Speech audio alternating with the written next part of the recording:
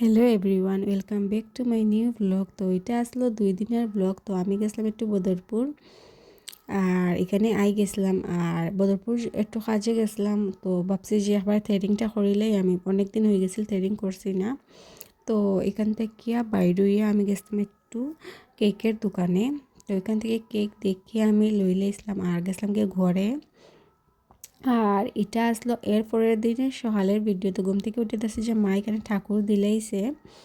আর ওই দিনও আমার যাওয়ার আসলো একটু বাজারে।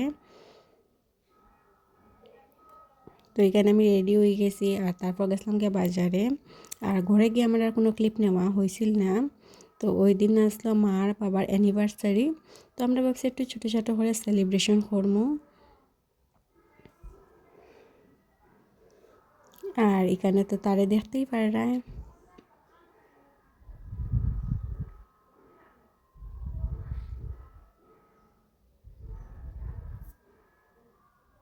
আর এই হইলাম আমরা সব।